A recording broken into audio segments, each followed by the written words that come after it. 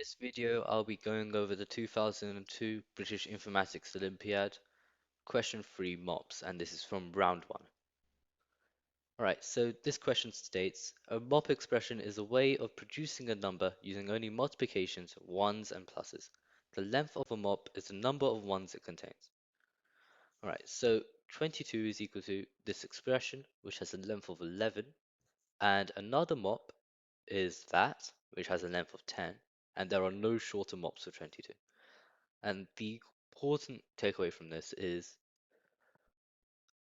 that there are multiple mobs. That's the purpose. It just shows you for each number there are multiple mobs possible.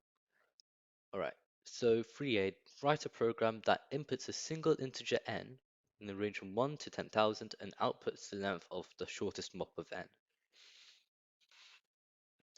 Alright, so this is a question 3.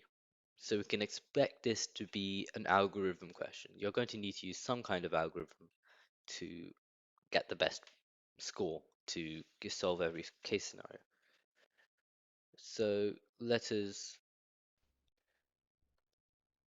look at a couple of case studies, a couple of examples, just to see where this problem kind of takes us.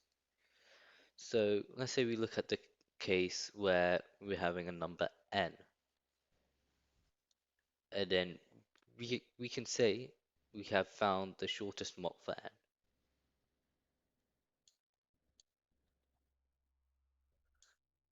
Now, how can we say, or what form does shortest mop take? That is the main question we're going to be asking here.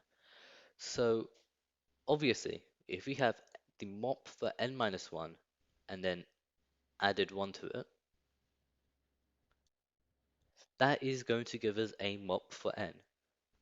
And if this is the shortest mop, this could potentially give you the shortest mop.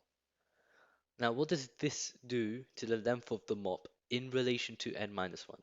Well, it just adds 1. So we can say, we can give it a score of plus 1. Or that's how you get from the mop, the length of the mop of this to the length of the mop of n. Okay, so next thing we have to look at, the other scenario is, let's say we have several factor pairs belonging to n. We can multiply them, multiply two of the factors,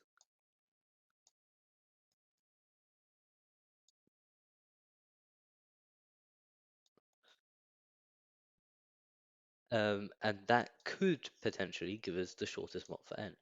And what does this do? So if we say the factor pair is a comma b, we take the length of a and add it to the length of b. I mean, we can see this, for example, if we take case of 6. So in the case of 6, you have 1 plus 1 times 1 plus 1 plus 1 as your shortest mop. And that is 2 times 3. The shortest mops for 2 and 3 have length 2 and 3, so we just add them together to get 5. And that's roughly how that works.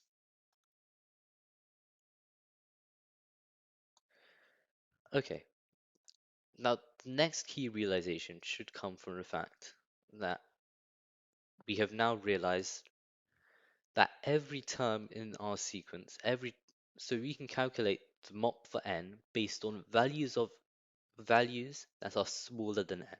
So if we know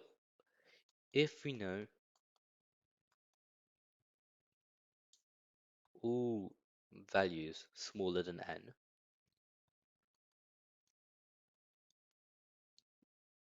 well, if we know the mops for all smaller less than n, then we can also calculate the smallest value for n, the smallest value of the smallest length of the mop.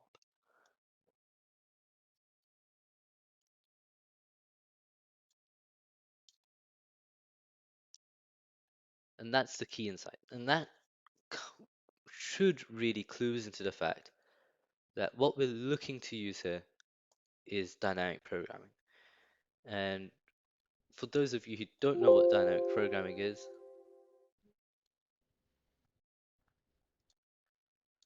dynamic programming, or DP as is the common abbreviation, is where you store all previous values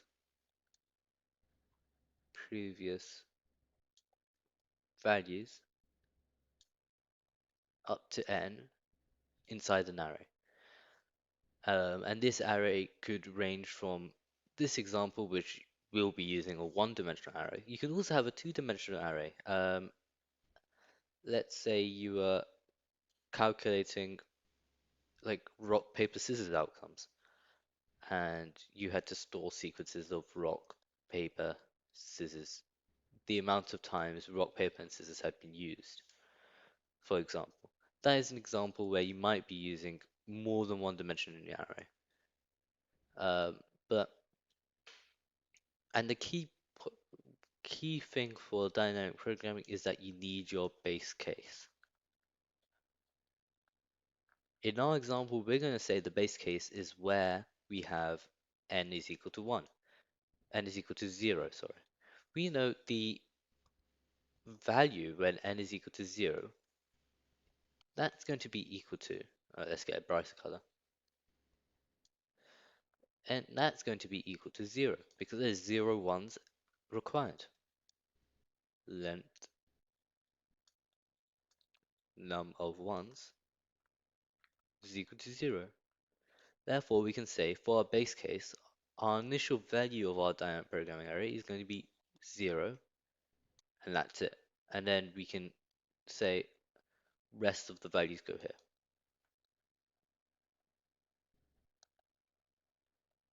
That may not be the best introduction to dynamic programming, so in the description, I've included a couple of links to useful pages. Alright, so I did this in Python. You can do it in any programming language. It's, in fact, doing in C++ seems to be the recommended advice anyway. But in Python, what you have, it's easier to code and it's just easy to start off with in general. So that's why I've chosen Python. But the principles are the same for any programming language that we use. All right, so the first thing we have to do is input n, our input. So if we go back to the question, we have to input a single integer n and output the length of the shortest mop of n. And then we'll initialize our dynamic programming array. So in this case, I've kept two base cases, and then I'll be iterating from 2 up to n. All right, so this function here, find factor pairs of k for a given integer k. That's just going to be a parameter. What I'll do is I'll iterate from 1 up to the square root of the value, and that will allow me to check every single integer up to the square root to see is it a factor of my original number that I've kept in. And the way I'm doing that, I'm just saying I'll divide our number by the candidate for a factor, and then see if it's the same as if I did the floor operation. So the floor operation will just say, oh, okay, round it down. And if those are the same, that means that they're both integers, right? There's just no other way to have them equal. So that would just allow me to check, is this integer part of a factor pair of k? And if so, I'll append it to this factor pairs list where I've converted both of these to integers so that I'm not sending floats back to here because that would be problematic, and I return that value. Okay, so here's the main part of this program it just iterates through every single value from 2 to n, and originally what I do, I append to a DP. So at position I keep into the DP the value of the previous part of the DP, the previous index in the DP plus 1. So let's say I was looking at 2, the value to. So I take in the value at the index of 2 minus 1. So I take the index at 1, I'll take that value and add on to it. So 1 plus 1 equals 2 as our default value. Then for each integer I will take the factors, I'll get all the factor pairs, and I'll iterate through all the pairs in the factors. And then I'll say, this is just for readability. There's not really much need to do this. I'm just saying that one of the numbers is A, one of the numbers is B. And for my dynamic programming array, in position I, set it to be the minimum of the current value there, and then the value of adding one of the factors, the length of one of the factors to the length of another of the factors, shortest mops. Um, and that should pretty much cover it because, yeah, when we're having our first pair, we at this position we will have the original value of taking the previous item in the list and adding one to it. And the last thing to do in this program is just to print the value at n. And then we can test this, we can run it. Uh, the case they gave here was inputting 22, you should be receiving an output of 10. And you can see that we do get that. It runs quickly in under a second. I mean, even if we kept to the largest possible value, this program will be accepting 10,000. This runs in just over a second. It's very quick. It's a very quick algorithm to solve it. And in fact, it passes all the requirements for this question. Hope you enjoyed that. If you have any suggestions on which questions I should do next, keep them in the comments. Thanks for watching.